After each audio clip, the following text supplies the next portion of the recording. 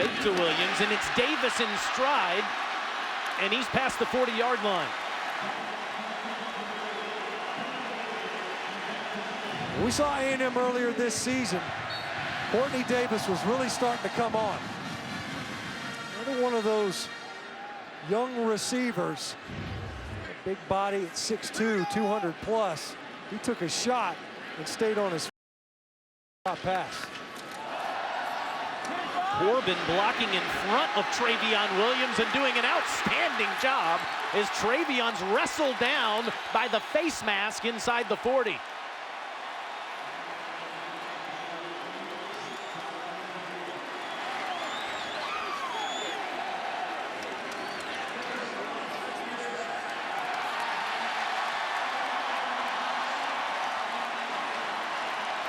Matt Austin, tonight's referee. So here's Corbin.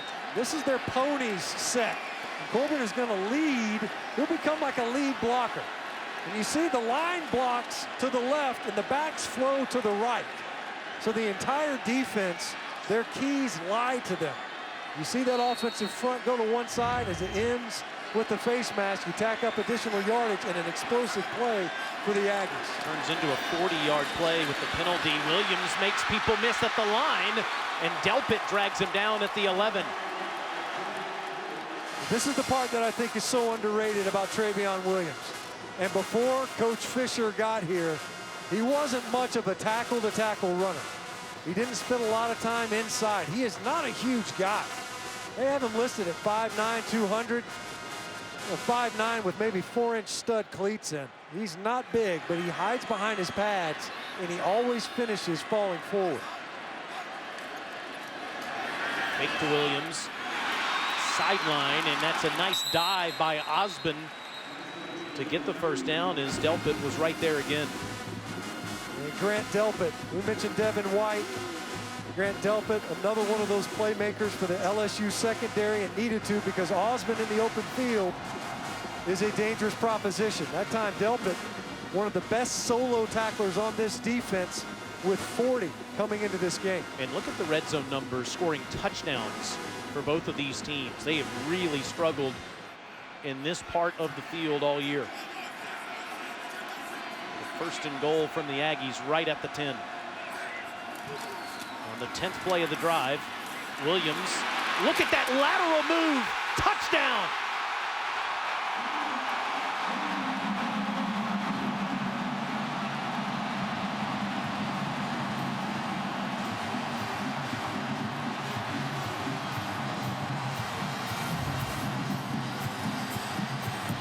Talk about a physical finish. He is clearly in the end zone.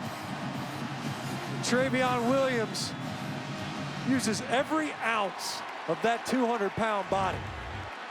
Let's talk about patience. He almost completely stopped in the backfield before he jump cut to the left and then burst into the end zone. 14th rushing touchdown, the most in the Southeastern Conference, as Seth Small's extra point is good. The Aggies strike first in a rivalry they have not won since 1995 and haven't done it once since joining this conference. Trying to change that on Kyle Field tonight.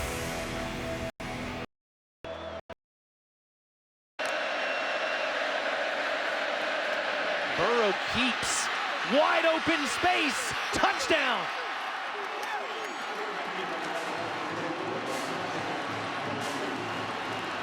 His 5th rushing touchdown of the season from 22 yards.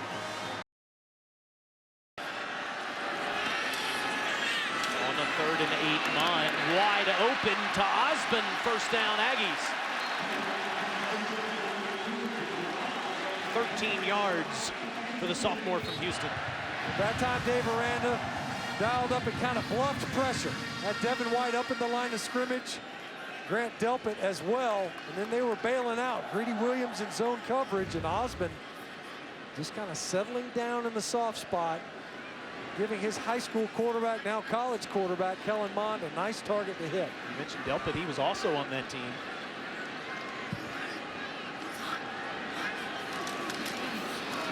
Fake to Williams, and Mond takes off. He can run too, he gets the edge, stays in bounds inside the 20.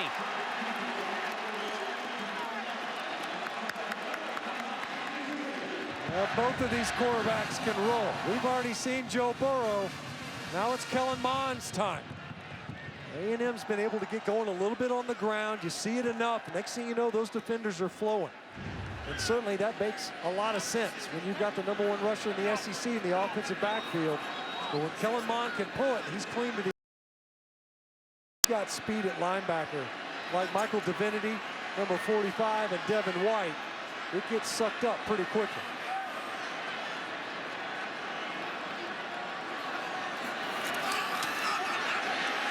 Mond, Sternberger, touchdown.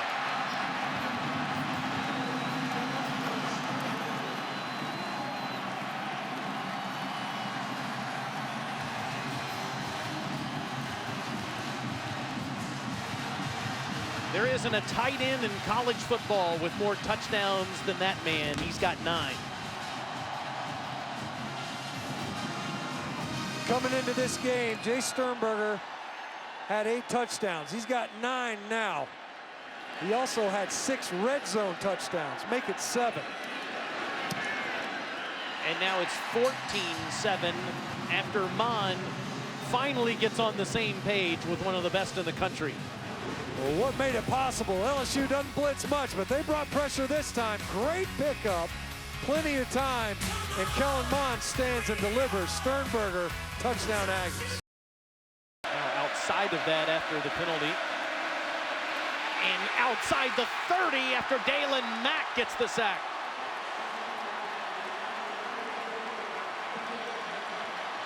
Joe Burrow has hurt A&M with the scramble. This time they're going to end up running a stunt. And Dalen Mack, he's going to start on the inside. He's going to end up on the outside. This is one of the ways to kind of clean up the rush lanes. You don't want a quarterback to have anywhere to escape. We mentioned the protection issues by LSU. Dalen Mack doing a good job getting the quarterback on the ground.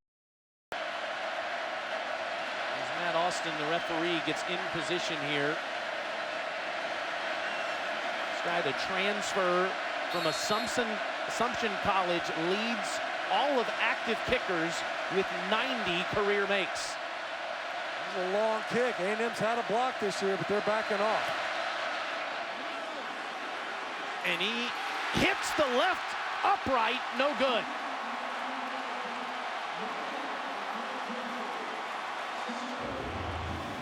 He's had a fantastic season with a 54-yarder against Miami and beat Auburn.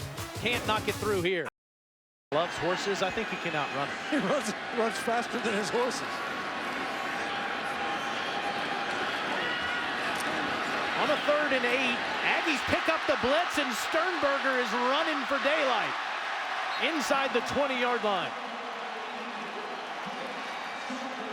How in the world is Jace Sternberger not a finalist for the Mackey Award? I mean, this guy, all he does is just make big plays. He's had a couple of drops. He had a drop earlier, but in 11 of 12 games, he's had a 20-plus yard reception. Leads this offense, and on a 3rd down, able to pick up yet another big one. And his yards after the catch are just phenomenal. Braden Mann, the punter, the kickoff specialist, and the holder with a perfect one there, and Small sneaks it in, and the lead is 10. Cole Tracy from 47 yards, missed from 49 last time. Redemption here, and it's a 1-score game at the half. Easier for a defense to collapse. One-on-one, end zone, caught! Jefferson!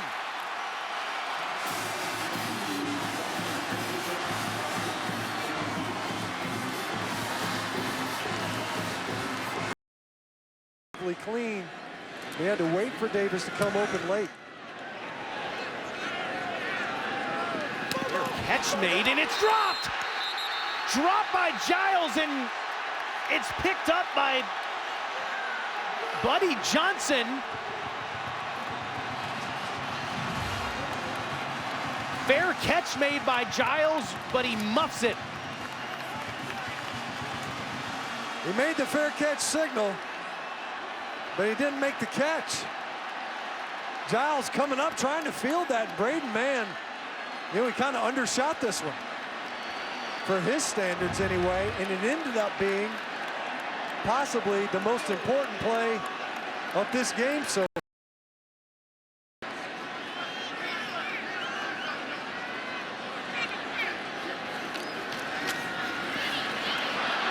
and he'll take off here. First and goal. Well, why not tear a page out of the Joe Burrow third down conversion book? Because he's practically riding one tonight. Look at that rush lane, it's huge. Mon still wanted to try to get it downfield. He wants to scramble to throw, but finally decides just to tuck it. Thought twice about trying to juke Devin White in the open field and just said, forget it, I need to convert. That's different from LSU's. They both struggle in this area, but Kellen Mond has been relatively effective as a passer in the red zone, but he can also run if you get it on the perimeter. It's Williams instead. Touchdown.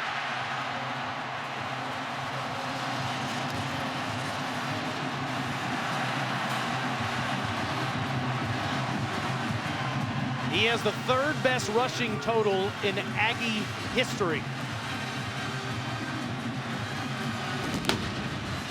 We talked about how effective he is in just about every facet, but it was his running ability on this possession. Got him down there and then got him in there for 6 points.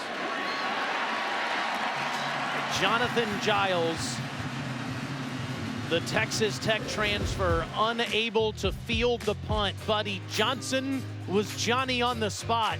And a few plays later, it's Travion Williams in the end zone again. With only 3 bigs, 3 down linemen in the game. One of them dropping back, but a couple dropping Burrow. Tyree Johnson gets home for the 3rd sack.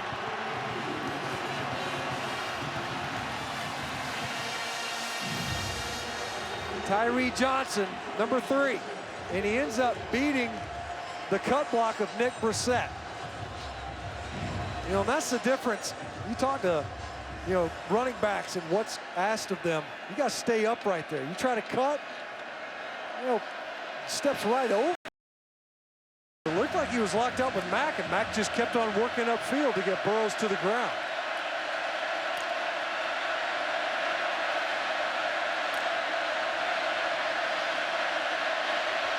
Burrow steps up, and now he's down. Otaro Alaka.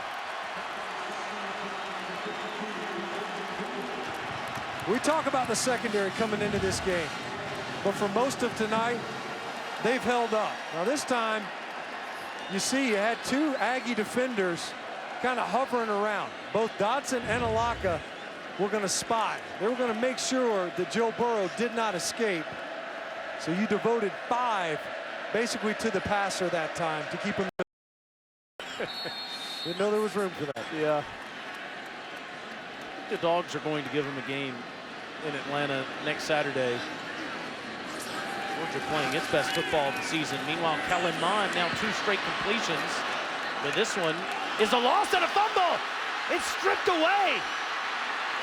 Streaking the other way is Michael Divinity. Touchdown LSU.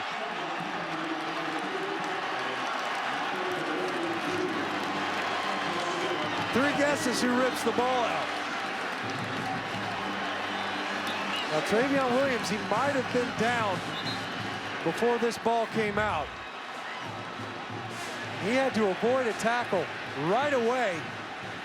Greedy Williams came up, but it was Devin White who got out there, and he's got his, you see he's got his left hand that was on that ball. This is knee down before Devin White rips this ball out. That ball looks like it's out. It's bang, bang, but that ball looks like it's already out before Travion Williams' knee would have established him down.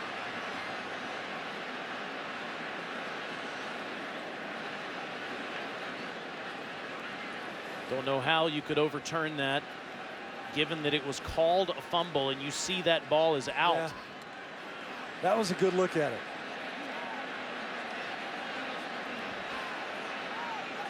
Devin White, he does a great job of tackling the ball. He had that left hand in there on the football and just rakes it out. It looks like that ball came out right before Williams' knee would have been down. LSU coming into the game plus 12 in turnovers, the best in the Southeastern Conference. Of course, had the muff punt. Tonight they have 16 interceptions on the season. This fumble here could tie it up. After review, the ruling on the field is confirmed. It was a fumble. In the third quarter, the A&M defense was gassed. Fake to Brosette. Moreau. Touchdown. Bulldozing his way to give the LSU Tigers the lead. I didn't think Moreau was going to be able to get out.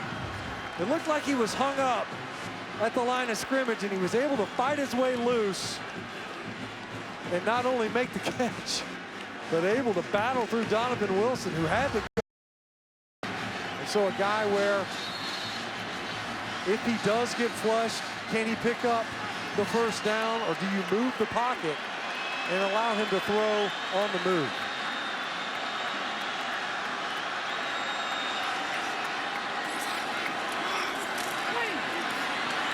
Williams takes off inside the 35 and short. A lot of those have come from the quarterback position. Coming into the game, they only average giving up 80.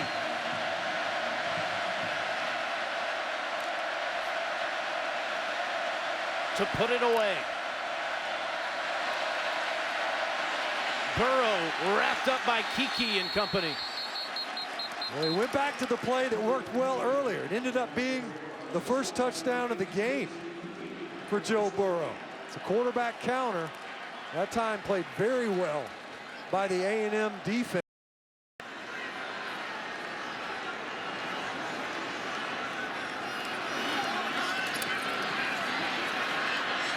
To the sideline. This catch made by Davis, who reaches out for the first down. It's a pickup of 12. I'm glad he got that first down. If he stays in bounds and he's short of the first down, the clock stays running. Battles his way to get to the first. They move the sticks, and they're able to line up quickly. Under a minute to go. Mon with time to Davis again, and another first down up near the 47. Clock stopped momentarily with 52 seconds left. You can see now maybe the best rhythm we've seen A&M get into after back-to-back completions. Mon, dangerous pass that's incomplete. Greedy Williams had just as good a chance at that as Rogers did. Only the second target to Kendrick Rogers this game. And this ball was in the air too long when you throw into Greedy Williams' side of the field. Lucky that wasn't a pick six going the other direction.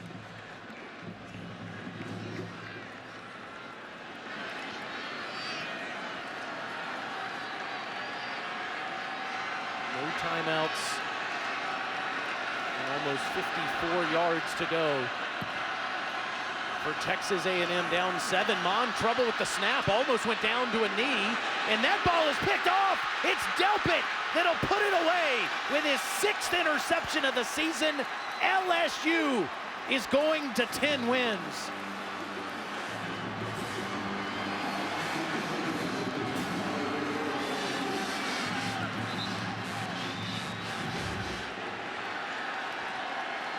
Just took his eyes off the snap.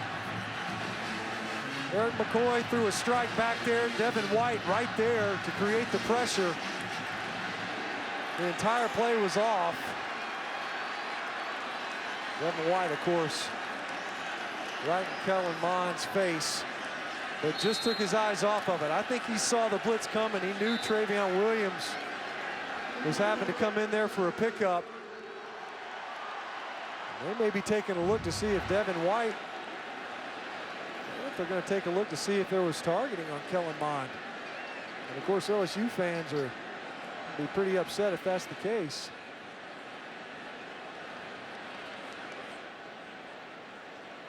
It stands Delpit with his It might just sixth pick be- of the season, which would lead the SEC. But let's take a look here as White comes in after Mon struggles with this snap, and that knee almost went down. That is what they're looking at there. Yeah. Did he possess the ball when his knee was down? Or did his knee go down before he grabbed the football?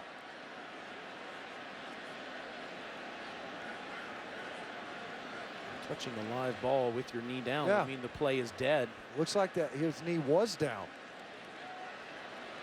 And the LSU defensive coaches who were in the box right next to ours, they were out of there. They thought the game was over. They've gone right back into that box. Game clock with 29 seconds to play. And it did look like Mon's right knee was down when he went to field that snap after he muffed it. Coach O got a Gatorade bath. As you said, the coaches upstairs left. This one might not be over just yet.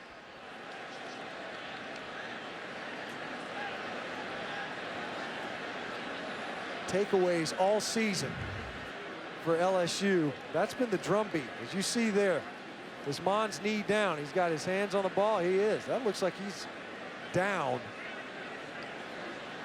And remember, you just have to touch the football in that Right. situation. You don't have to have clear possession of it. Right. Right. In which case, it's Aggie football. And take an interception away from Grant Delpit. He had 5 coming into this one. And according to the notes, that would either increase him to 4th, 3rd, or 2nd. It's hard to say because they kind of contradict themselves about 4 different times. But either way, he's one heck of a safety with 5 interceptions. One of the best playmakers in any secondary in all of college football. So it'll be a loss of 10 yards. And I believe that Matt Austin and the replay official are trying to see how much time to put back on the clock here. After review, the quarterback's knee was down at the 39-yard line. Ball will be placed there where it'll be 3rd down. Please set the game clock to 36 seconds. That's a heck of a... Because Texas A&M has no timeouts remaining and no way to stop the clock, the play is subject to a 10-second subtraction. Please set the game clock to 26 seconds. The clock will start on the ready for play. That's a heck of a catch by the replay booth. And potentially an important one, obviously. What would have been a game-ending interception by Delpit. And the Aggies still with some life. 3rd and 18, clock about to start. Here's Sternberger. He's been quiet most of this game. And they try for him, and it's Delpit again. It puts a hand in front.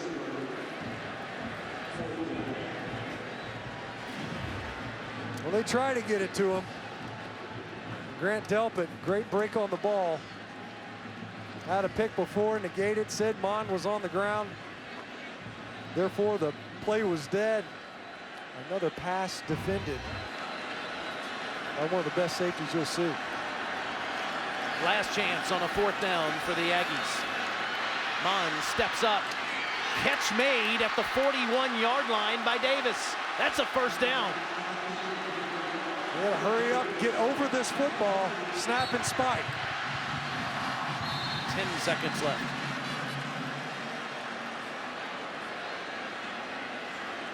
Once again, Mon stepping up in the pocket. We've seen it. Dave Aranda said this kid's got a live arm. The difficulty for this half has been connecting with his receivers. It's been too far in between these receptions. Jacob Phillips with the pressure. He's able to find Courtney Davis, who in this possession has stepped up big time at receiver. 41 yards to go for A&M in 10 seconds. Mond, catch inside the 20 by Rogers. And now A&M has a realistic shot after a 23-yard completion, but the clock will start as they move it, and do they get it off? At least initially it says all zeros. We'll see if Matt Austin changes that.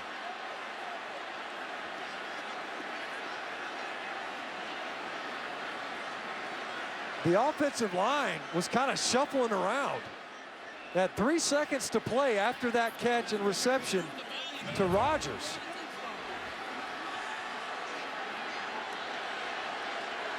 It's awfully close. That's bang, bang, if there ever was one.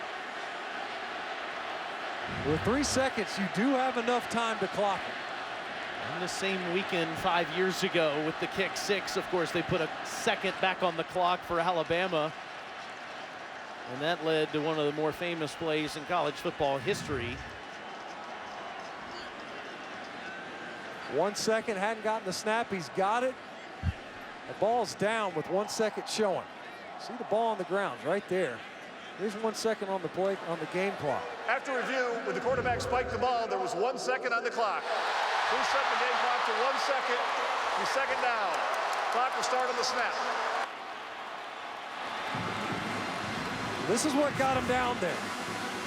Kendrick Rogers, who's been quiet, he's been injured, had a shoulder injury, a foot injury. He's able to get behind Kerry Vincent and come up with a first down catch right along the boundary. The Aggies got downfield quickly and were able to get that spike to get one more play off to the end zone. LSU calls its final timeout as Texas A&M has 19 yards to go to try to keep this game going and maybe into an extra session. Meanwhile, LSU has not allowed 30 points or more in 21 straight games. It's the second longest streak in all of college football. If they get off the field, they'll make it 22 straight. So if you look at red zone targets coming into this game, the favorite, and this will be unsurprising, is Sternberger. We already mentioned, already has a red zone catch for a touchdown earlier in this game. He's got linked at 6'4", but he has been well covered most of this game, even by linebackers at times. You can see Ed Ogeron pretty animated over there on the sideline with his defensive coordinator, Dave Aranda. Soaking wet after taking a Gatorade bath on a play that was overturned. Here's Sternberger that we were talking about before. 12 red zone targets coming into this game. Game on the line. Mon, end zone. Caught! Courtney Davis!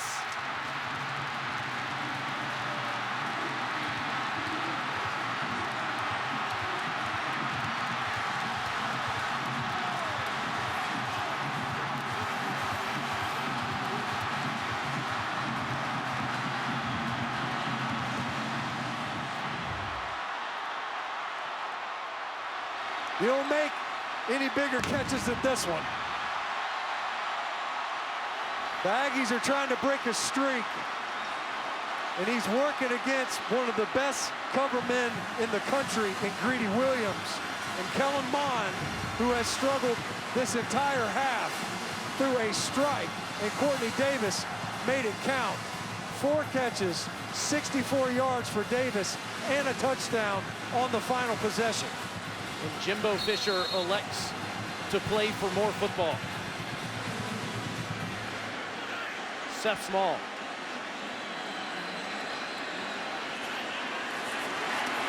Sends us to overtime.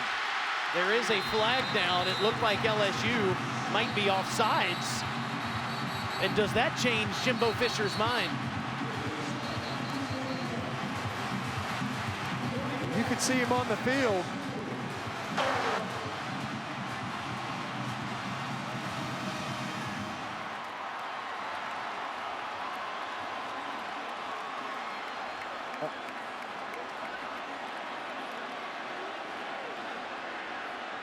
Talking to the line judge about it now. Offside. Defense. Penalties decline. Kick is good. We'll go to overtime. Kellen Mond to the sophomore from Houston, Courtney Davis, with the catch of his life. Sends us to extra football in College Station.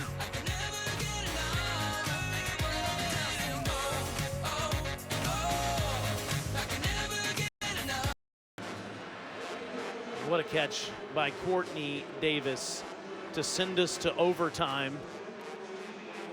We thought initially it was over in regulation as Grant Delpit intercepted Kellen Mond, but Mond's knee was down before he threw the interception to Delpit. And as you see here, Coach O took a Gatorade bath after that interception, which was overturned. Gentlemen, come in and shake hands again. Okay, as before, you're the visiting team, so you're going to call the toss. Heads, tails. If I drop it, we'll do it again. Whoever wins the toss will have their choice of offense, defense, or which end of the field we're going to play at. What's your call? Tails. Tails is the call. It is heads. You've won the toss. Defense. You want the defense. Which end of the field do you want to play? Okay. A&M over here.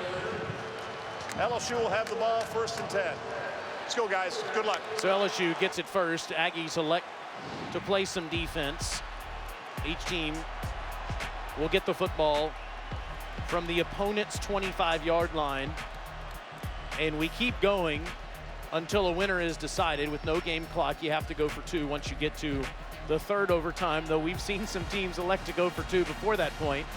Here's that sequence again that we were just referencing. Kellen Mond throwing an interception to Grant Delpit,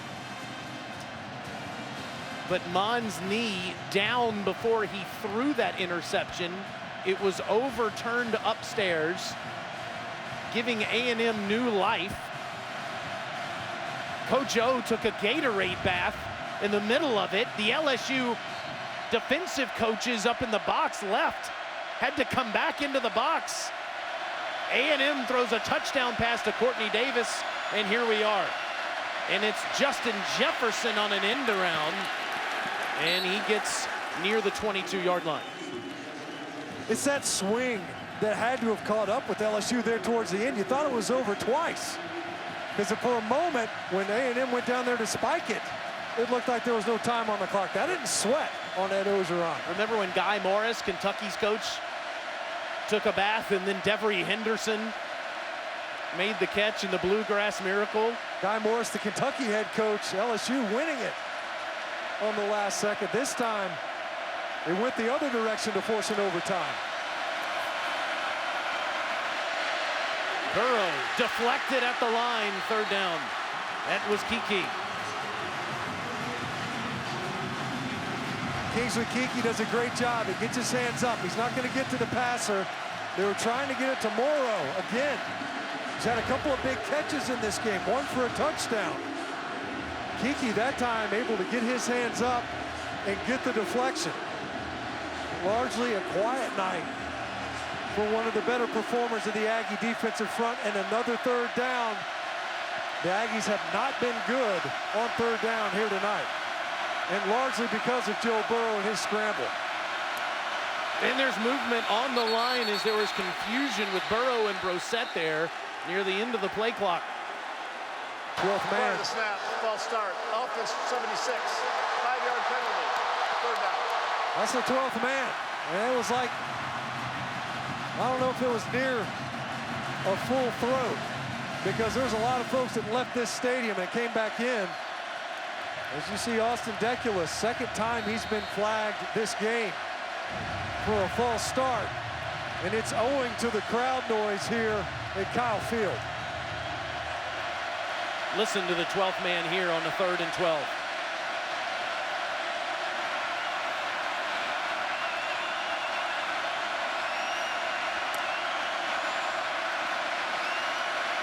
Burrow under pressure, sacked at the 32. Alaka got him. He's got to get rid of this football, if for nothing else, to try to preserve field position for a field goal attempt. Alaka able to get there, beating the block of Nick Brissett.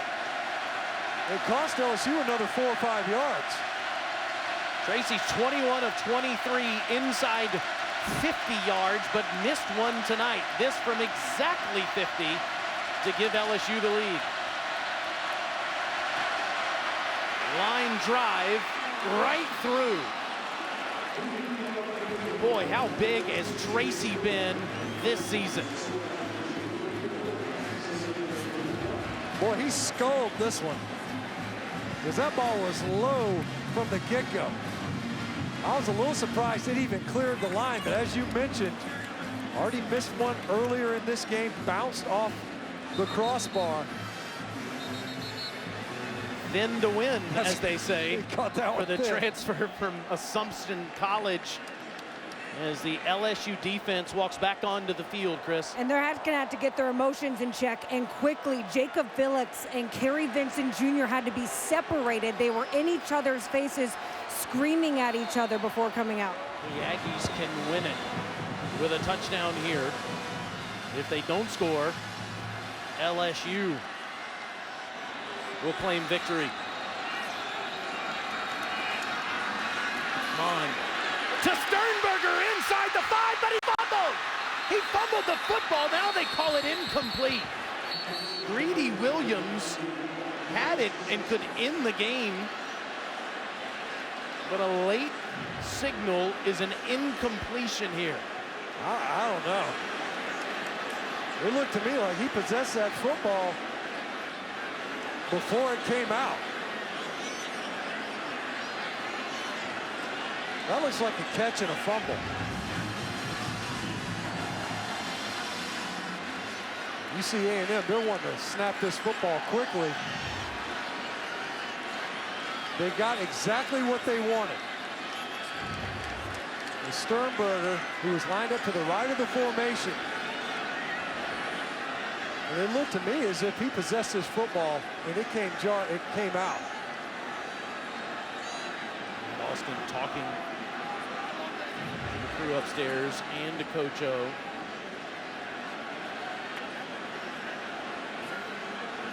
Sternberger was bringing that football down. Was it moving as Delpit makes the hit?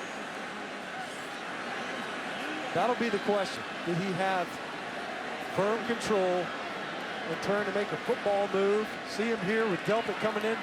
Separate Sternberger from the football. If this proves to be a fumble, that would be the second potential game-ending play, and they're saying no, incomplete pass. Matt Austin went over there and consulted with Ed O. No announcement made, and we play on, and Travion Williams inside the 15-yard line. 12 more, and another Aggie first down. Outside run all the way. Great job that time by Carson Green at right tackle. Able to get Travion Williams clean and downhill to the perimeter, and first down yardage, a fresh set of downs inside the 14-yard line. Fourth straight game going over 100 for Williams.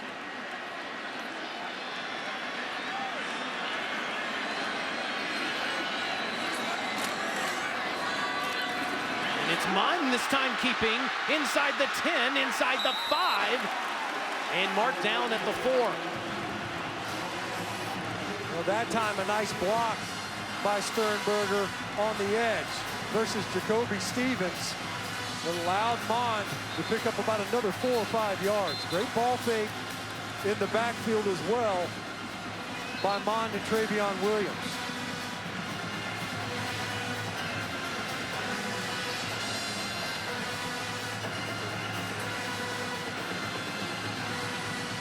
Measuring here to see if that was a first down, and will set up a 1st and goal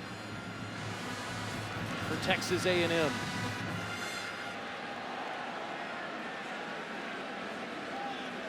Talk about a clutch field goal earlier for LSU. So you take a sack, you're able to get it in the end zone. And we have seen LSU turn A&M away once they're inside the 20, forcing field goals. We've already documented this is effectively a red zone possession. The red zone woes. A touchdown wins it, of course. The field goal only ties it and sends you to another stanza here in the overtime period.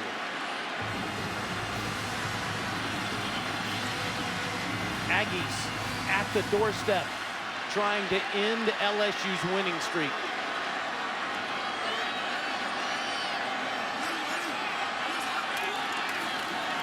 Williams, first and goal run inside the 2.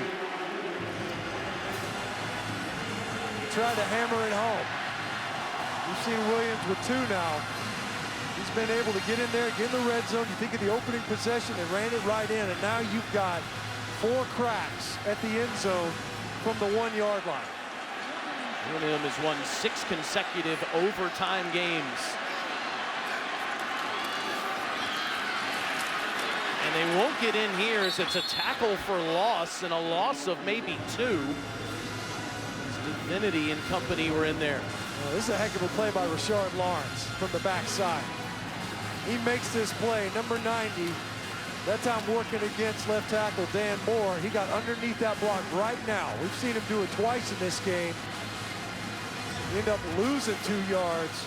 A great play by number 90 to push the Aggie offense back. Second and goal from the 3. The Aggies have run it every single time out of this formation. Mon keeps it, and he'll lose yardage. Jacoby Stevens at the 6. Jacoby Stevens is on the edge right here. And watch him close and then float right back out. He did not sink inside on the fake handoff. Mon pulls it, and there were LSU defenders waiting on him.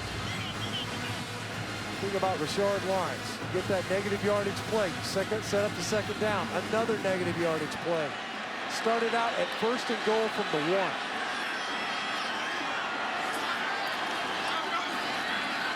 Mon, nobody home. He's throwing it towards Courtney Davis and Kendrick Rogers' side. And clear miscommunication. You can see Jimbo Cook. You see Fisher coming out on the field. Kellen Mond likes immediate feedback. He got it on that one. Coach Fisher is saying, look, man, we can have you going to the left side of that formation. Both receivers not within 5 yards of that throw. Seth Small from 24 yards. How about that LSU goal line stand? And we play on to a second overtime in College Station. LSU had to kick a 50-yard field goal. Meanwhile, A&M got inside the LSU 2. They scored the same amount of points in the first overtime. You can't say enough about that goal line stand by LSU. Rashard Lawrence setting the tone. Because you're right there on the doorstep. All the momentum is on A&M's side. You force a long field goal. LSU screws one in there for 3 points.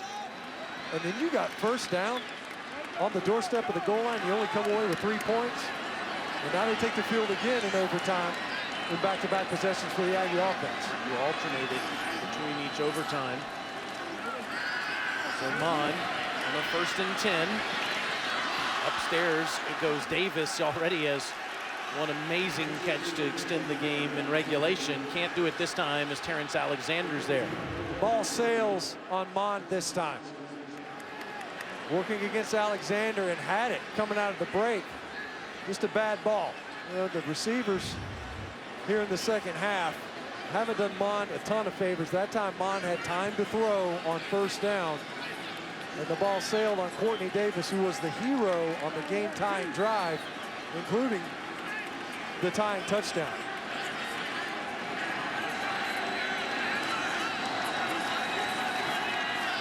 Williams finds hole inside the 15, inside the 10, 1st and goal.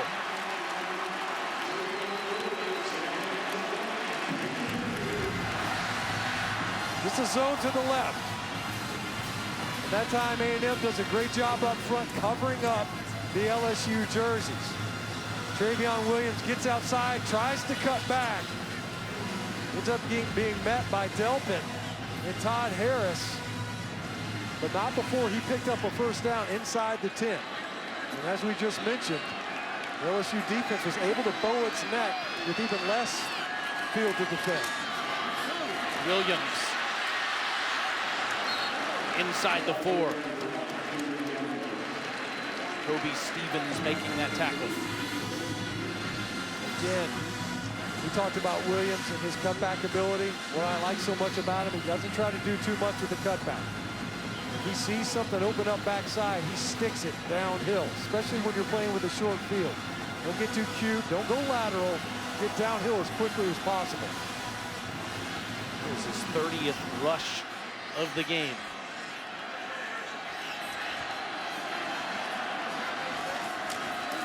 Now it's Mon with Williams blocking in front. Touchdown.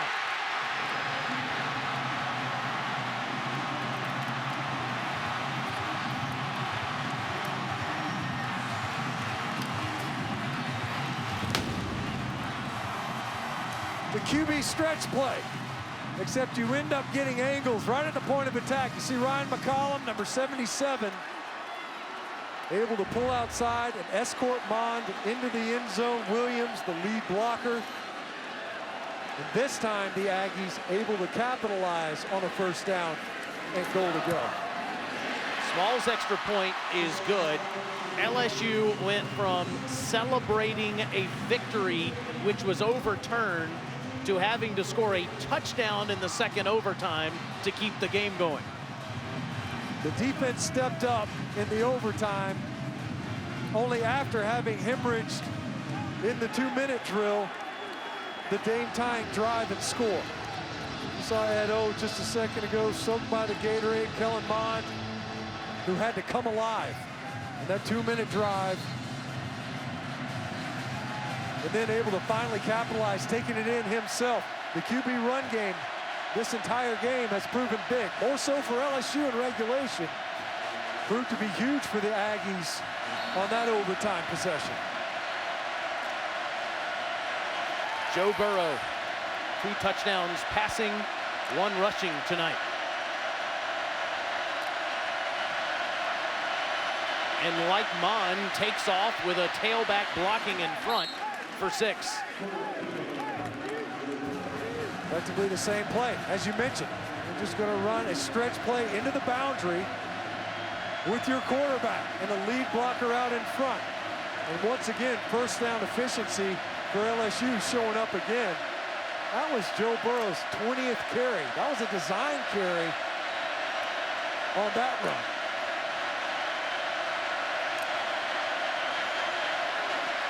And it's 21 carries, and it's a first down to the 11. That time Joe Burrow pulling a Travion Williams. Quarterback counter, and he sticks it right up in the middle. Kingsley Keke had a chance to make the tackle. Burrow runs right through it. Able to pick up a first down. And just outside the 10-yard line, LSU can still convert.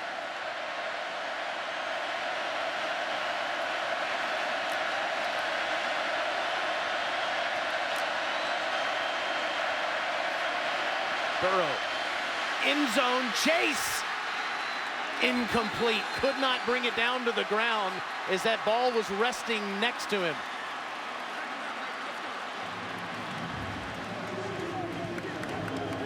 Working against Miles Jones, and it looks like a catch to me. Does he bounce it out? Does he lose possession? And Miles Jones punches it out right as Chase is going to the ground, and he has to survive the ground. That ball was coming out. You see Jones splitting the hands of the receiver, and he knocks it out before Chase goes to the ground.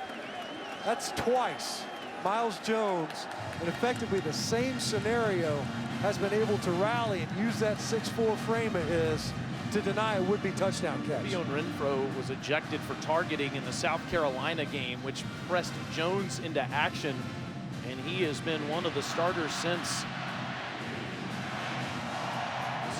Prevents Chase from scoring that touchdown there. That was textbook. You talk to these defensive coaches, defensive back coaches, you split the hands of the receiver, especially when they're trying to high point that ball. Jones able to knock it loose before what would have been a touchdown. Right now, you look at it, 2nd 10 on the 11-yard line. LSU can get a fresh set of downs. A&M was able to get it down there and was denied the end zone by the LSU defense on a 2nd and 10. Can the Aggies bow their necks and keep the Tigers out of the end zone here in overtime?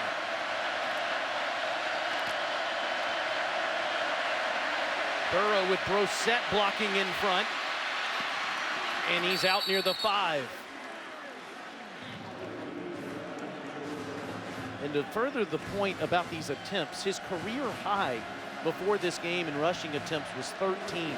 9 more than that tonight. He's been the difference maker all night long. And it's been largely as a runner. It's been the Joe Burrow show. We talked about it. Coming into this game, A&M, they only give up 80 yards rushing. Not tonight. It's been more than double that, 185 rushing yards for LSU. 3rd and 4. Same play.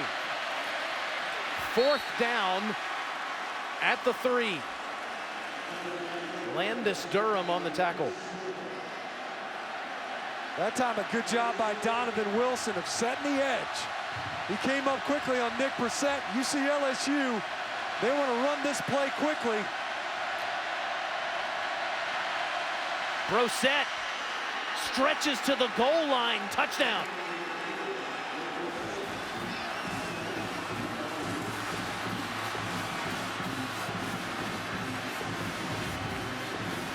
A&M was running around to get set still. Donovan Wilson able to slip out.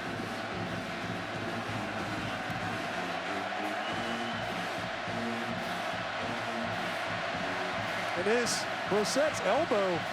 I wonder if they're going to take another look at this. Is it down? You see the ball right here. Here's his elbow. I wonder if they're going to take another look at this. They are, in fact, doing that. And evidently, they're saying a touchdown. Are satisfied with what they've seen.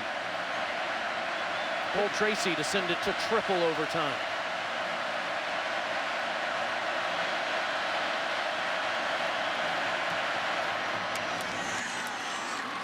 And we play on in College Station.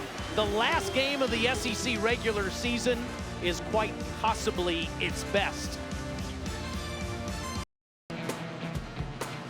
So as you see the overtime rules, the things that change now is at the bottom of the screen. You must go for 2, beginning with this 3rd overtime. Each team kicking field goals in the 1st overtime and scoring touchdowns in the 2nd. The story of this overtime has to be that LSU goal line stand. Otherwise, we never even make it to the 2nd one, much less the 3rd. And of course, the other story is Joe Burrow, career high, 23 carries, 80 yards. Nick Brissett got into the end zone. He's got fresh legs. The guy hadn't had to do much all night long. Burrow, end zone, caught! D. Anderson.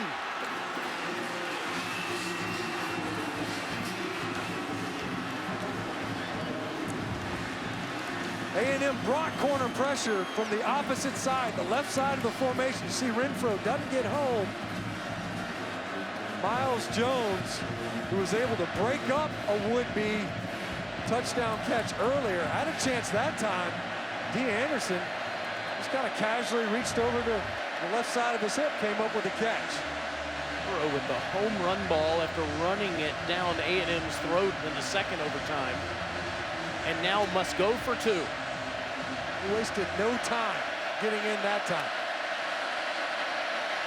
At the top of your screen, this is Justin Jefferson. Burrow rolls out, got it. Jefferson.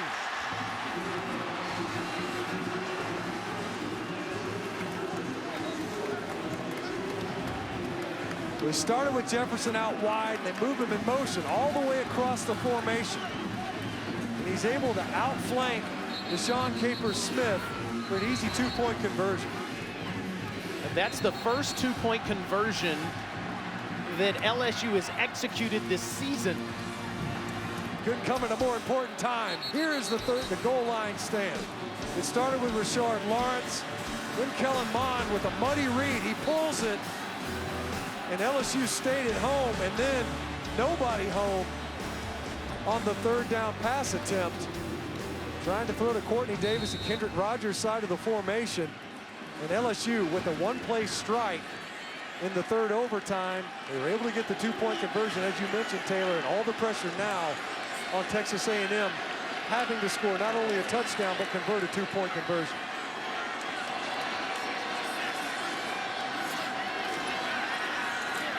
One will throw on first down. End zone incomplete. Just over the hand of Jamon Osborne.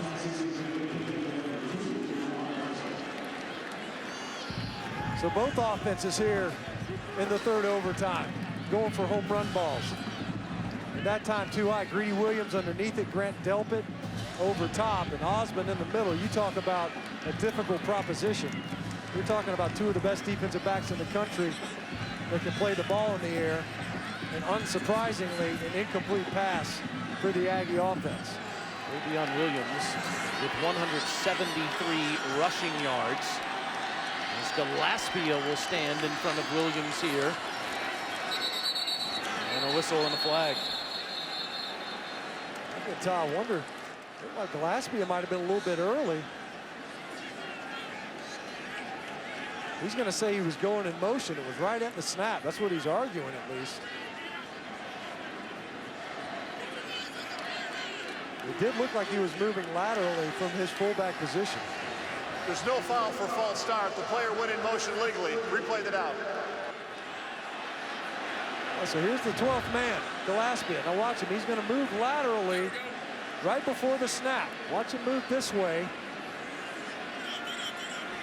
The flag came out. Matt Austin, as he explained, the false start. He was motioning laterally before the snap. Well, they won't run that play as Gillespie comes to the bench, and Mond's back in shotgun with Williams to his left.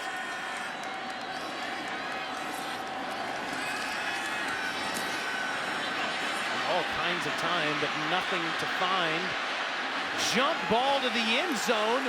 Rogers, I think, made that catch, and there's a flag. Wow!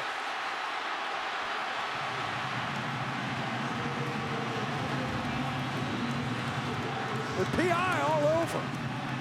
How does he make this catch? But does. I don't think that ball ever made contact with the ground. Watch Terrence Alexander pull his left hand down, and Rogers stays with this football. It almost bounced off his chest and his shoulder pads and enabled him to make the catch. Now, of course, he had an incredible game against Clemson and made a big touchdown catch, but they were not able to get the two-point conversion. They'll have to do that here to keep this game alive. That is a huge target. You look at Kendrick Rogers on the hoof. Pass interference, number 11 defense. Penalties decline, touchdown. So here comes your two-point conversion play. LSU converted their first of the season. The Aggies haven't converted one this year either. And what they saw, they ended up taking Jefferson all the way across the formation. Jefferson started out up here. Here's Jamon Osborne. Probably their most reliable receiver prior to his injury. To extend the game. Mon. Got it! It's Rogers again!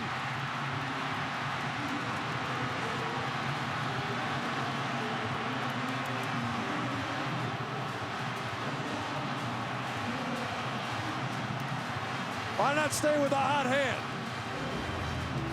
Kendrick Rogers with the touchdown catch and the two-point conversion.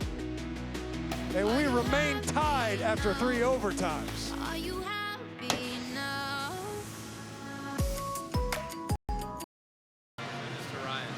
Kendrick Rogers has been battling injuries all season after that terrific 120-yard receiving performance and 2 touchdowns against Clemson. He hasn't had another one this year until the 3rd overtime, and he gets the 2-pointer as well. Aggies stay on the field, and it's Williams on the ground and near another first down at the 15.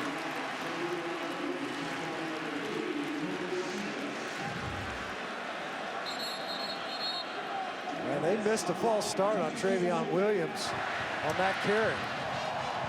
Travion Williams was early. You could see the LSU defenders after that snap. They couldn't believe it.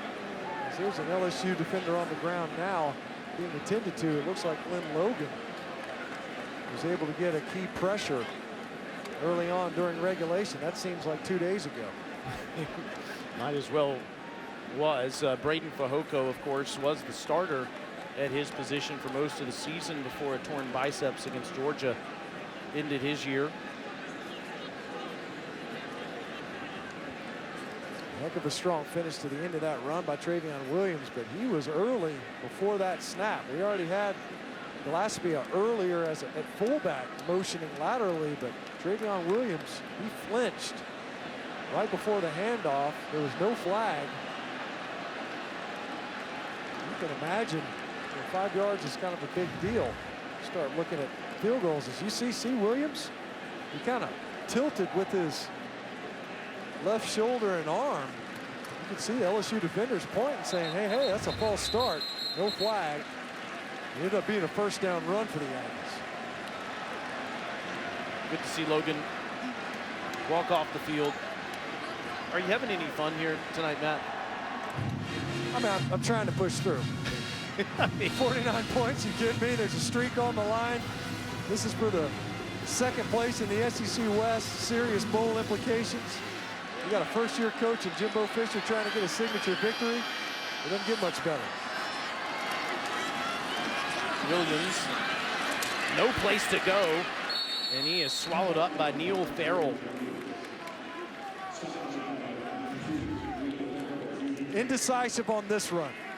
It's getting strung out, just get out there. That time kind of floated a little bit behind the line of scrimmage. Farrell did a good job of stringing that play out. Of course, another fine product out of Mobile, Alabama. A big negative yardage play for the LSU defense.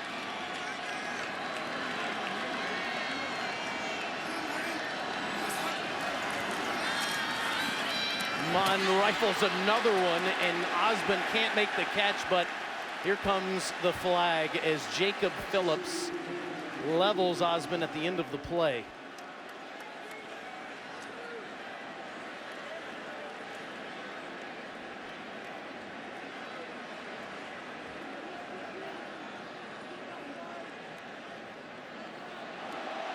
Yeah, they're gonna. Personal foul, targeting with the crown of the helmet, number 6 of the defense. Half the distance to the goal, automatic first down. Play is under further review. 6'4", 230-pound linebacker Jacob Phillips dropping back. He's just trying to separate the receiver from the ball, and you can see they won't allow you to strike a player anywhere with the crown of the helmet. You can see Phillips lowering his head also to the head and neck area of Osborne. But the crown of the helmet also would be operative here on that targeting penalty on the field. Phillips has played a whale of a game, 11 tackles tonight. He has. He's shown up in coverage as well a time or two versus Sternberger, the tight end for A&M. And he has been very active. Got a couple of pressures early on in the first half. But I'll be surprised if he's able to continue in this game. Coach Ogeron saying, look, the receiver's trying to make a play on the ball. My defender, and I get the point that's being made because Osborne's trying to catch the ball. He lowers himself at the last second. After review, the ruling on the field is confirmed. Number 6 is disqualified. Meaning that Phillips will have to miss the first half of the bowl game. whether that's in the New Year's Six or someplace else. Well, and he'll also miss the rest of this overtime period, and a first down again on the 8-yard line for the Aggie offense. And LSU down a linebacker. And it's not the first time they've had to deal with this. And part of the rule that I don't like here is him having to go to the locker room. At least let him stay on the sidelines. Gillespie back in front of Williams.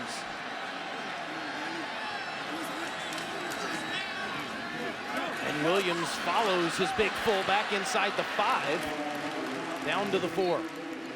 2nd and goal.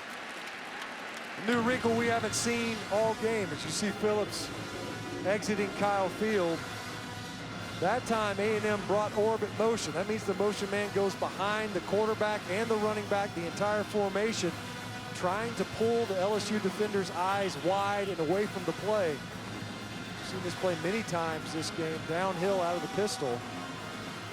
That time with the lead blocker in Gillespie.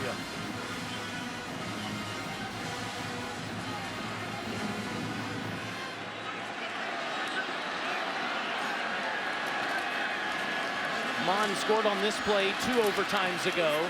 He gets nothing this time. 3rd down. Well defended by Patrick Queen. Sets the edge, gets out wide. Jacoby Stevens as well coming up and getting upfield on Kellen Mond. That play was pretty much dead from the get-go. LSU had it flanked, did a great job of running to the perimeter to deny Kellen Mond. As you mentioned, that was the play they effectively had the same success. Were able to get into the end zone. That time Mond denied setting up this 3rd down. Did not punch it in the first frame when the Aggies could have won the game on a 3rd and goal. This time Mon extending the play over the head of Sternberger, covered up by Delpit. 4th down. Well covered in the end zone. That's been the story mostly of the second half, where Kellen Mond hasn't felt like he had anywhere to go initially with the football. That time he threw all the way back towards the middle of the field. Delpit in coverage. And A&M, with this secondary, lucky to have a possession to even kick a field goal here. So Seth Small with another chip shot.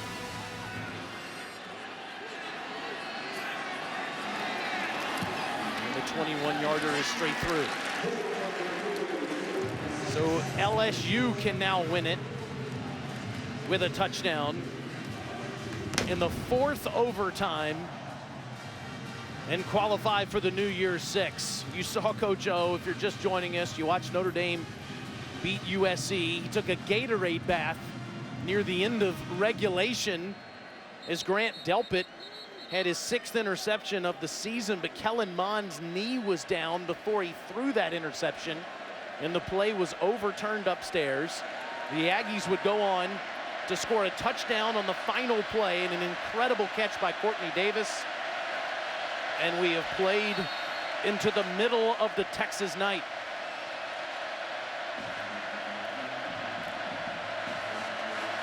Now A&M only with the 3-point lead. And of course, a touchdown here puts it away for the Tigers. Fake to Fournette. Burrow to Moreau inside the 10, and he holds onto the ball as Pryor tries to pry it loose. 1st and goal. Donovan Wilson had a nice break on this ball. You can see Burrow with the ball fake to the right. And Donovan Wilson was just a hair late. And Moreau, who has come up big in this game, back-to-back games after a career high last week versus Rice. And Jimbo Fisher desperately trying to get a timeout and does.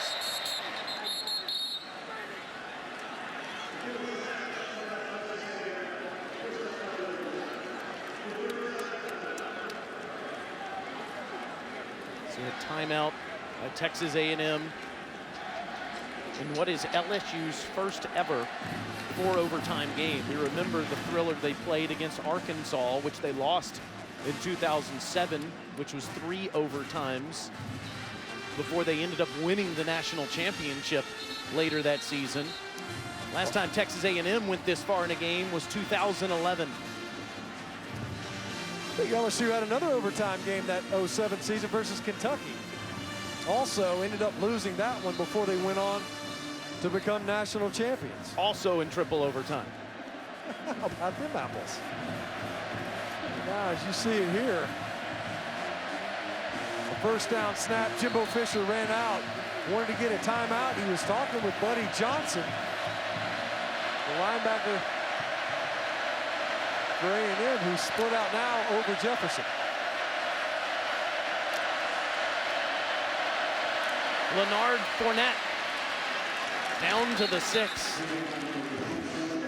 Fournette has gone from being buried on the depth chart to scoring his first career touchdown last week and playing a huge role tonight.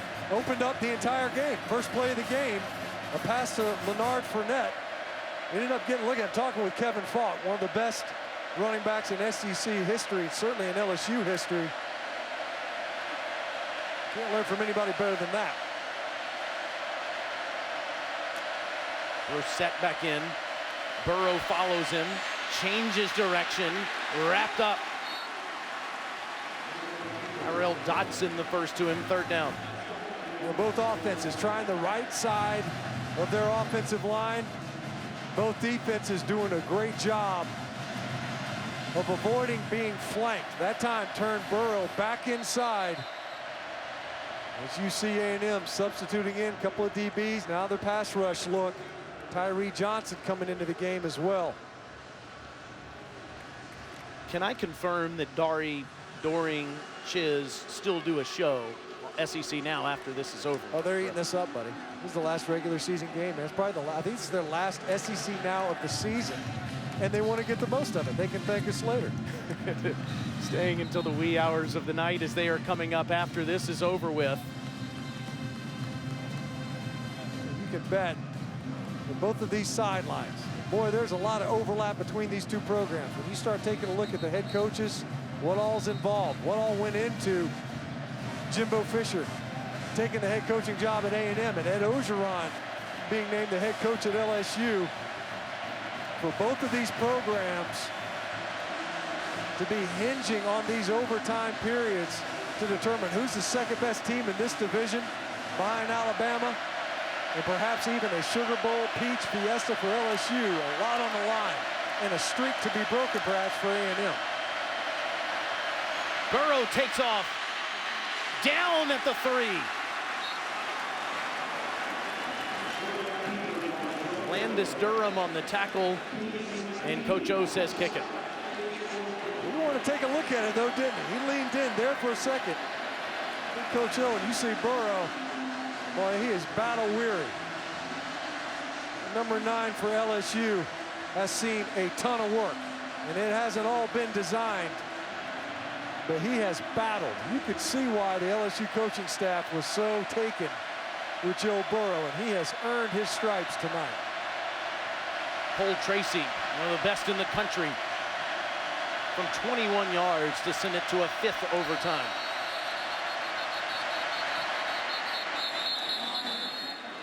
Play of game, offense. 5-yard penalty. Wow. Remains 4th down. Now, you could argue that the angle is improved, He has to hit less of a draw now than he would from 21 yards. but this was clearly not designed. As you see the consternation on Coach Orgeron's face, certainly not pleased after Tracy split the uprights. Transfer from Assumption College, has made 92 field goals in his career.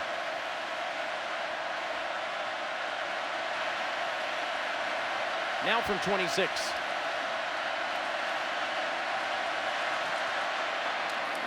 (52 to 52), and we're headed to a 5th overtime.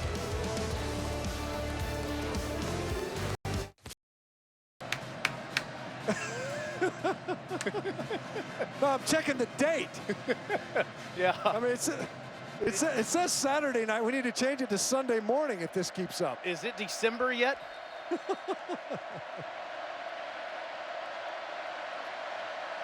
Well, we're going to go watch this play here as we get ready for the 5th overtime.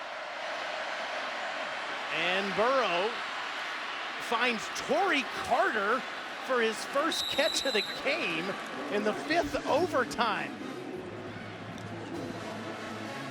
I think that's the 11th different receiver for Joe Burrow.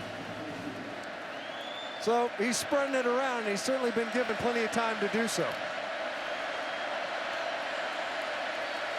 Only his 3rd catch of the season for the sophomore from Leesburg, Georgia.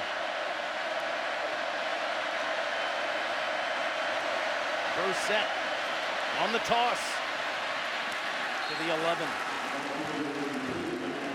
Well, here's the thing, and we touched on it earlier. It's been Joe Burrow left, Joe Burrow right, Joe Burrow scrambling, maybe a couple of throws sprinkled in.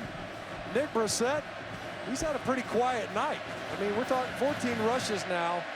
We're in the 5th overtime. So if anything, you got fresh legs, and of course he's back over on the sideline. The #1 running back for LSU tonight has been its quarterback, number 9, who's under center now. It's been a while since Edwards-Helaire has been in the game. Here he is. Looks like he's going to throw. Carter, touchdown. Why not? Well, if Burrow's going to be your runner, then Edwards-Helaire naturally should be your passer. And Torrey Carter should be the receiver, who we just mentioned gets almost no targets and now makes 2 catches in the 5th overtime. Now, how does that conversation start? Is Torrey still here? That's right. Get him in the game. You see number 44 coming up with a huge catch here in overtime number 5. Injured Aggie.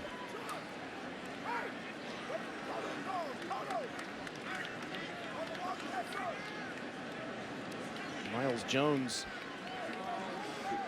played another outstanding game tonight. Sophomore from Magnolia, Texas.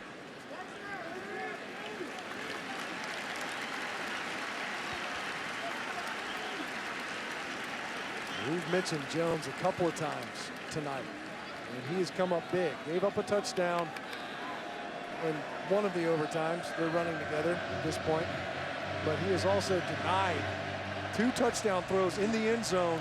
Very well defended. He's putting no weight on his leg on the way off the field. LSU converted a 2-pointer for the first time all season in the 3rd overtime. He's got Foster Morrow all the way to the bottom of the screen. And a miscommunication with Jefferson. So the lead is 6. You see Jefferson a little bit frustrated at the end of that play. But as it is, a 6-point lead for the LSU offense.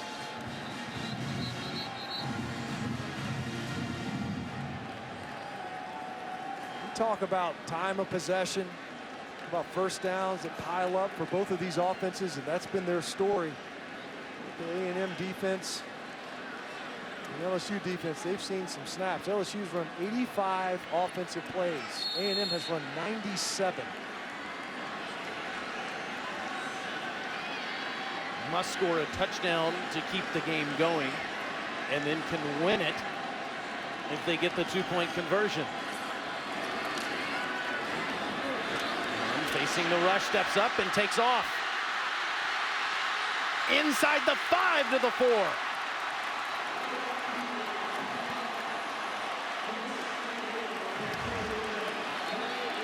Mon sees the rush lane. This is a pass all the way, but he ends up scrambling. You see the umpire, maybe with the key block that time, was just enough to slow down Micah Baskerville and allow Mon to pick up another 8 yards. You see Rashard Lawrence. 2 LSU Tigers and down. Michael Divinity. Yep. Keep in mind they're without Jacob Phillips, who has been ejected for targeting in overtime. This would be in Divinity, yet another linebacker. He'll obviously have to leave the game for at least one play if he is in fact okay and can return later. He'll have to leave for one snap, as will Rashard Lawrence.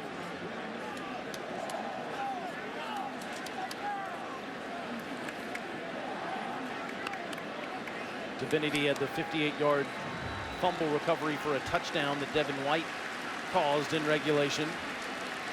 They run around the quarterback and just collide into one another. You see it right here. It's friendly fire. And they're just rushing the passer as best they can. Meanwhile, it's a 1st and goal for Texas A&M from the LSU 4-yard line. And Gillespie, the fullback, back in there in front of Williams. Travion with 33 carries tonight and 186 rushing yards. LSU without their two of their starting linebackers and a starting defensive end. And here he is following Gillespie, but cannot get the edge as that speed from Stevens shows up again. I mentioned Jacoby Stevens earlier. This is a heck of a play by number 3. He has been in coverage a lot tonight with Jay Sternberger, and this time sliding off the blocks, gets upfield, forces a negative yardage play. A&M, they get 1st and goal, and they start going backwards. This will be their 100th offensive snap. From the 5 on a 2nd down.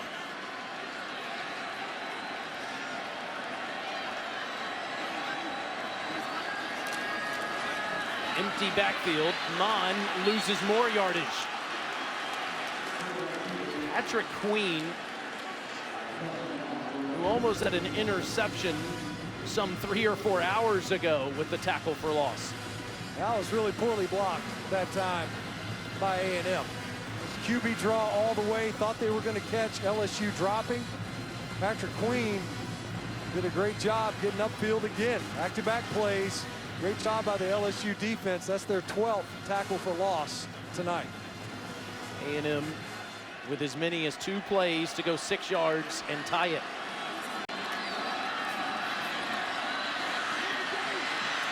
Mon into traffic, incomplete.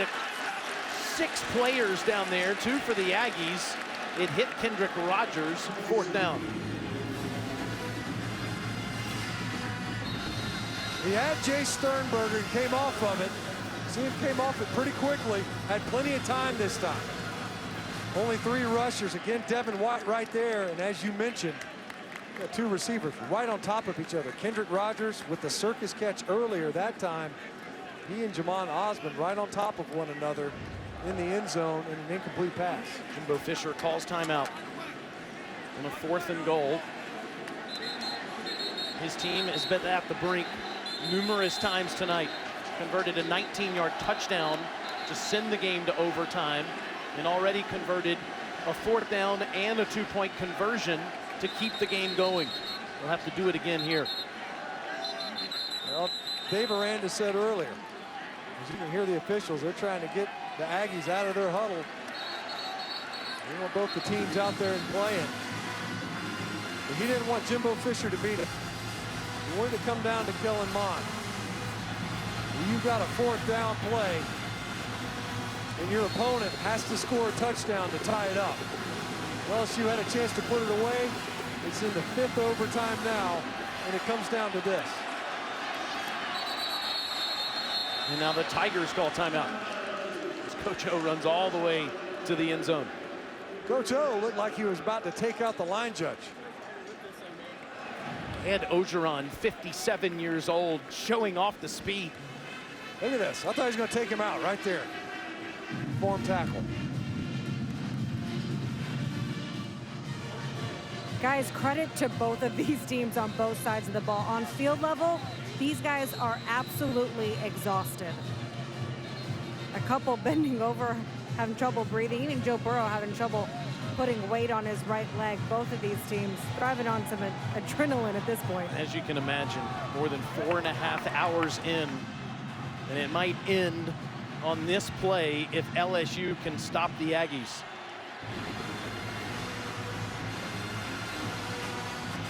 Well, it's hard to think, where do you go with this football?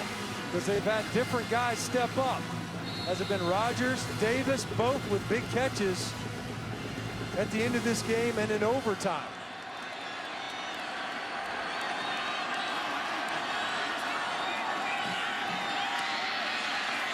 Mond, end zone, touchdown! Rogers again!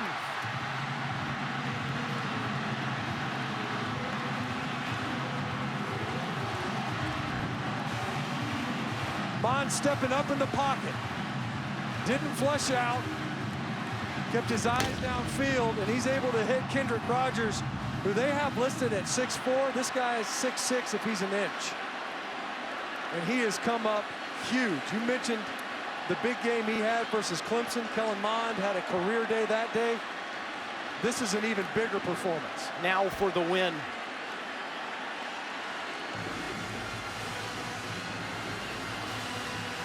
If A&M gets it, it's over. If LSU stops them, we go to a 6th overtime.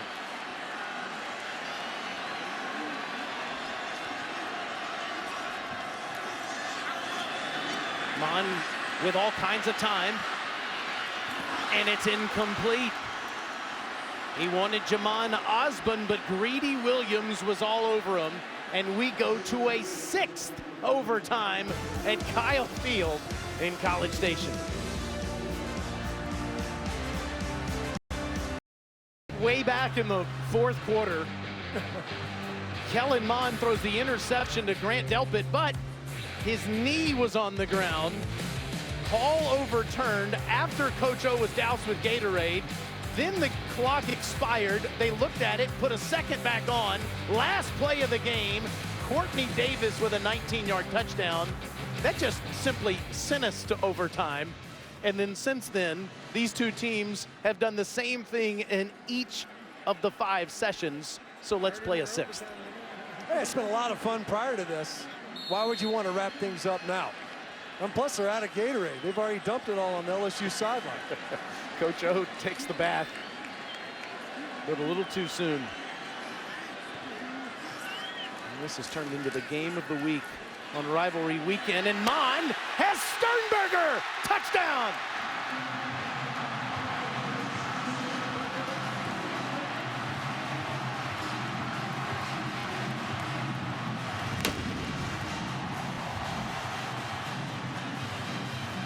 He was lined up at wing. It's a formation we've seen a lot this game. We haven't seen them throw it this game. And Sternberger's lined up at wingback, just off the hip of the tight end. He usually likes to be in a 3-point stance and attached at the end of the line, and A&M going to take a timeout to talk about this next step. It was just a matter of time before 81 showed up in this overtime period. And keep in mind, he caught a pass earlier, and it looked like it was a completion. Delpit seemingly caused the fumble, and that's what led to this. Remember the Matt Jones marathon games? Arkansas beating the Rebels and then beating Kentucky a couple of years later. Well, we're at 6 overtimes as the Aggies have to go for 2. And I noticed on that touchdown that the home of the 12th man, known for their yelling and staying in place at halftime and cheering, were a little tempered with their enthusiasm, probably because they're out of voice. Yeah, they had to have blown it out by now, right? Because you practiced last night, and you can't go half-cocked in yell practice. You got to really cut loose. But you're only counting on 4 quarters, maybe a couple overtimes. Nobody preps for a 6th overtime yell. and as many traditions as A&M has, they're fresh out of traditions, man. They've used them all up. They're going to have to cook up some more to spill over into overtime. What a game.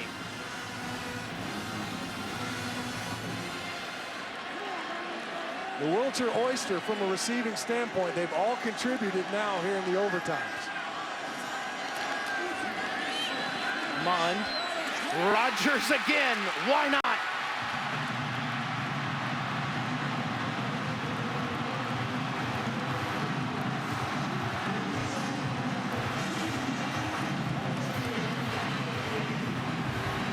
Did I mention Kendrick Rogers is a big dude working against Kerry Vincent?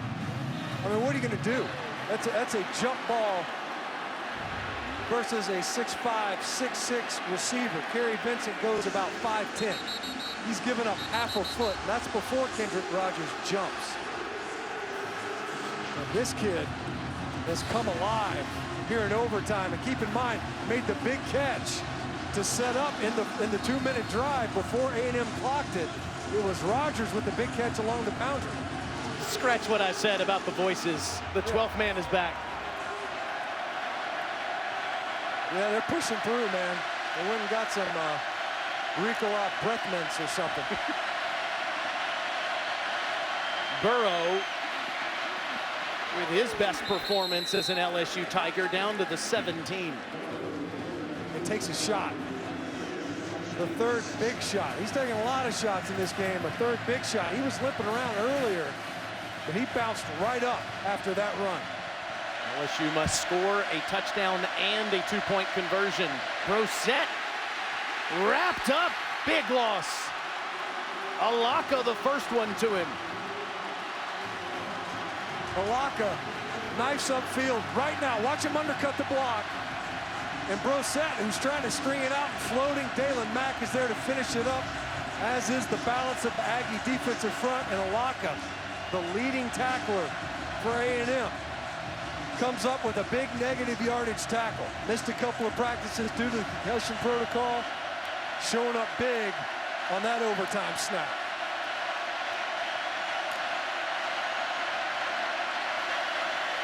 Burrow. Jefferson makes the grab inside the 5, first and goal. This ball hung in the air almost as long as this game has gone on. It just kind of floats. It looks like it might have gotten picked by Alaka as LSU's over the football quickly. And Burrow keeps it himself. Touchdown to LSU. Now it's the 2-point conversion to try to keep the game going. Great read right here by Burrow. As you see A&M crashing down, Tyrell Dodson too far upfield. And Burrow able to get underneath the edge defender for the Aggies and into the end zone. The 28th carry for Joe Burrow in this game. LSU does have a timeout, and Coach Orgeron will call it. Now coming into this game, LSU in the red zone have completed 9 passes. They are about as one-dimensional an offense in this part of the field as you'll find. It was 31-24 LSU with 1 second to go in regulation. Now we have a combined 130 points. LSU needs 2 more to send it to a 7th overtime. And their 7-game winning streak against Texas A&M is on the line. Now earlier on the 2-point play that they converted to Jefferson, they sent in motion. It was just like a sprint out. They ended up having a flood concept. Multiple receivers to one side of the field. Joe Burrow just hit Jefferson on the run. This time a different formation.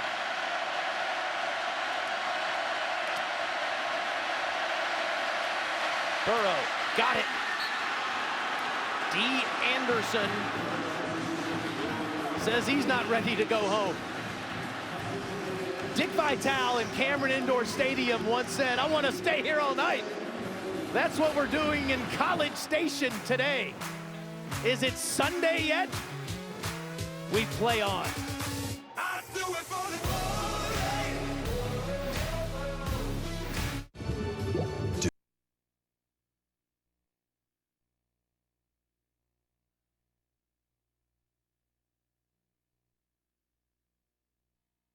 smallest big saw you'll ever use. Get yours today. So if LSU wins, you can count on it. They're in the New Year's Six in one of those 3 games. If the Aggies win, they could be headed to the state of Florida for a bowl game for the first time since 1957 in what was Bear Bryant's last game as the head coach of the Aggies. I think this game started shortly after that. Burrow, home run ball. tangled up in the end zone, and the flag comes in as D. Anderson with a one-on-one battle with Larry Pryor. It was Charles Oliver, I think, in there for the injured Miles Jones. Miles Jones ended up. Pass interference, defense number 21. 15-yard penalty, automatic first down. Well, you're right, Oliver came in there after Jones got banged up. Oliver a starter most of the season. You can see he just panics right here. Hadn't seen a lot of snaps. We're in overtime. D. Anderson, who calmly made a touchdown catch earlier, working against Miles Jones, the cornerback whom Charles Oliver replaced. And Oliver that time with a PI to try to deny what he thought would have been a touchdown scoring catch. Burrow running all night into the end zone, touchdown.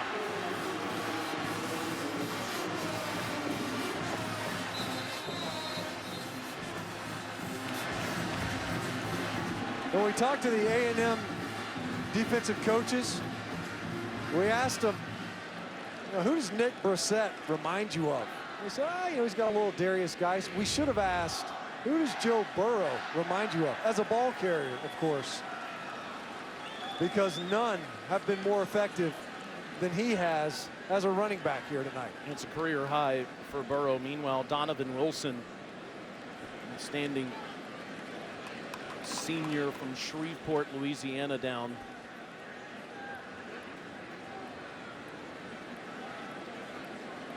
The alpha male of this group, especially in the secondary.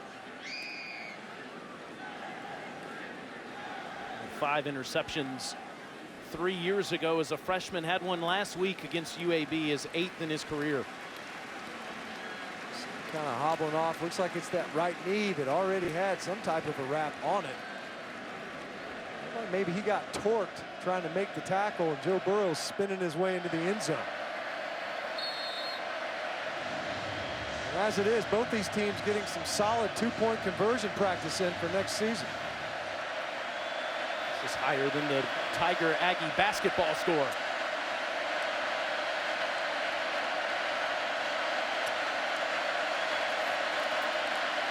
This one deflected, and even though it's caught, it's short of the goal line as D. Anderson makes the catch. So the Aggies can tie it if they score a touchdown, but win it with a 2-point conversion. Kendrick Rogers has been unstoppable for Texas A&M since they went to overtime. Quite literally. How does he make this catch? We still haven't figured that one out. Comes up with another big one along the back end line. And then, of course, another big snag. That one for Bakari Vincent. Number 13 has been a menace here in the back end of the fourth quarter, the final drive, and certainly in the overtime periods. Number 13 emerging as a go-to target. But they'll start this overtime with Kendrick Rogers on the sidelines. How about that? History made on Kyle Field tonight in College Station.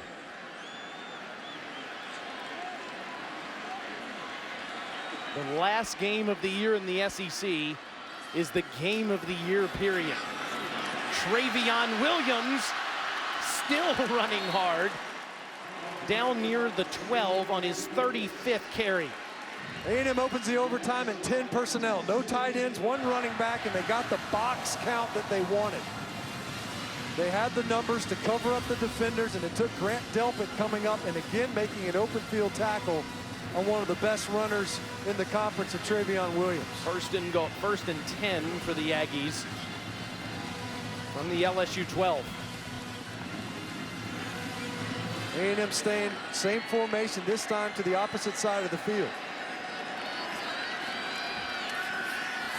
Mon takes off, but goes down. Devin White. It looked like there was miscommunication on that one, because Travion Williams looked like he was setting up to pass protect, and Mon took off almost like it was a QB draw. I don't think he bailed on the throw that quickly. Travion Williams was stepping up, looked like he was ready to pick up a blitzer or a second-level pass rusher. It's a loss of 4 Aggies can get a first down at the LSU 2.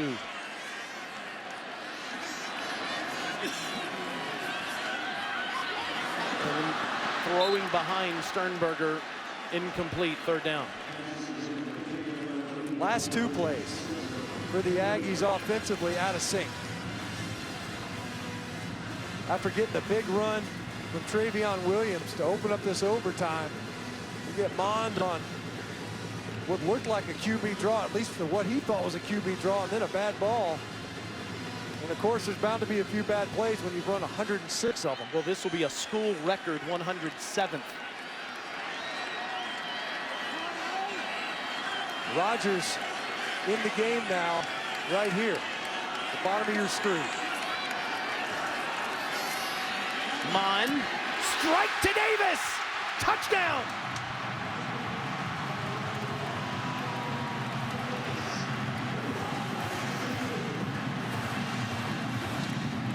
Courtney Davis, I guess he felt like he was getting overlooked. Rogers getting all the attention.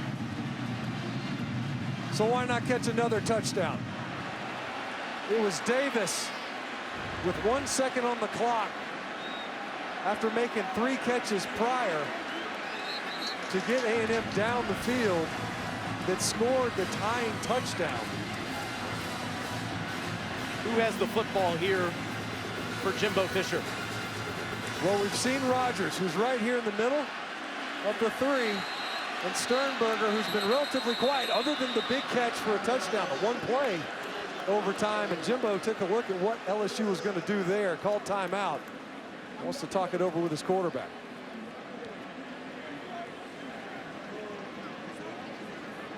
Ed Ogeron livid with his defense after giving up that wide open touchdown to Courtney Davis.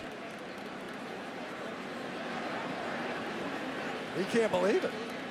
You know what part of it is? It's because I've been wet for 30 minutes with this Gatorade. This dry fit stuff doesn't work nearly as well as I thought it would. It's a game that's about to be 5 hours long, running nearly 200 plays.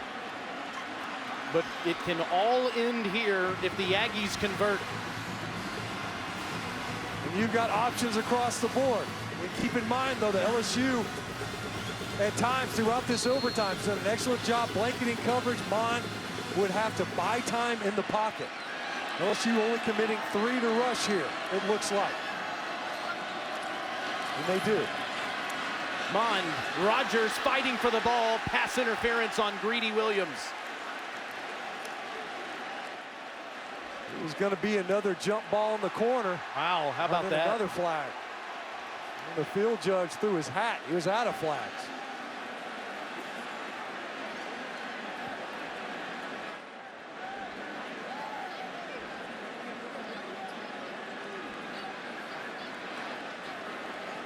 Pass interference, defense number 29, half the distance to the goal, repeat the try.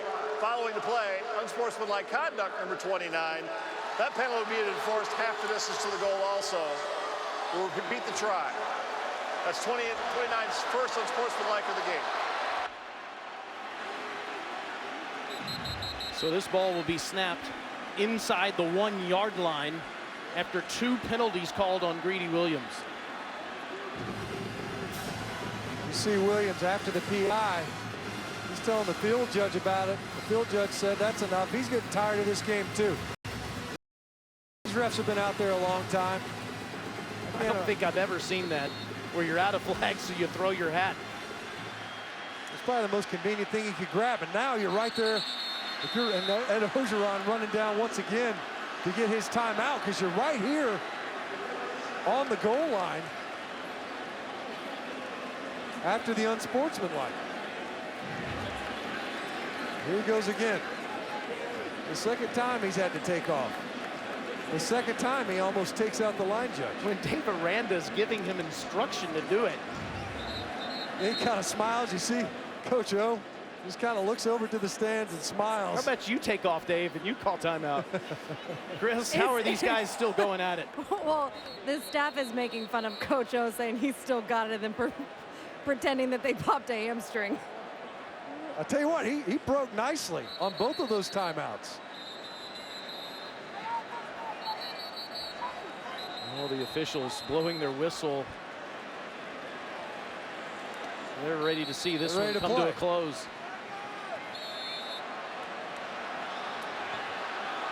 And we have made history in College Station tonight. Play clock is running down inside 15 seconds.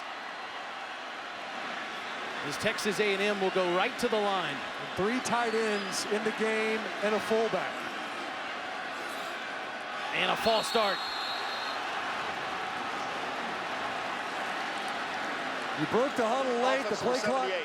5-yard penalty. Repeat the try. Keaton Sutherland, who was starting at right guard the last few games, starting at left guard tonight. And this, of course, changes things. See the left guard trying to get a quick jump. Coach O loves it. He's good and loose after that timeout call. That's just the 3rd penalty called on Texas A&M tonight. Well, it came at a horrible time if you're an Aggie fan, because it was obvious what they were about to do. Slam it right up in there and see if they couldn't get it in for 2. Rogers in the slot. From outside the 5. Mon looking that way. Got it! It's Rogers! The Aggies win the game of the year in the Southeastern Conference.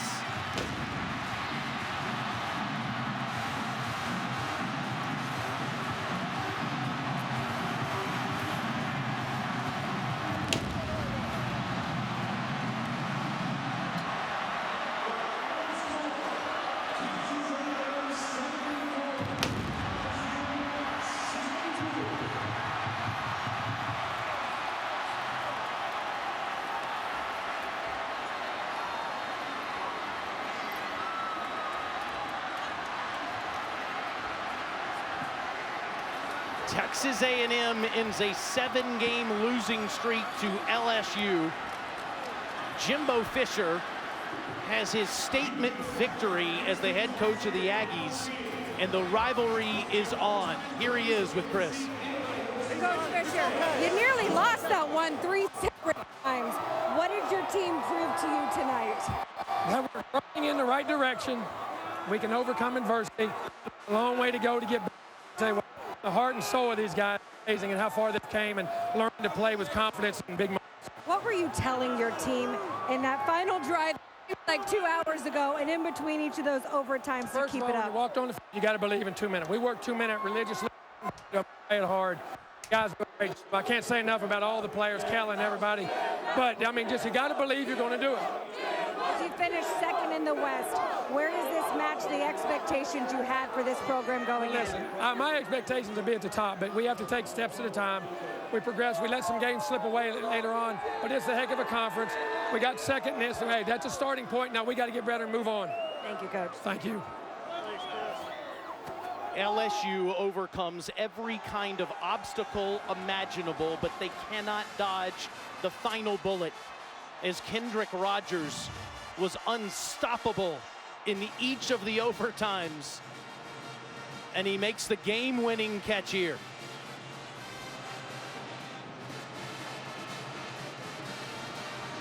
It doesn't end any better than this. It could have ended a bunch of times, but it couldn't end any better than this for A&M. As you see, Ed Ogeron can't believe it. They had this game won multiple times. He got the goal line stand on a 1st and goal inside the 1-yard line. You turn A&M back, you force a field goal, and after 6 OTs, the Aggies able to get to their 8th victory. 74-72, the highest scoring game in college football history.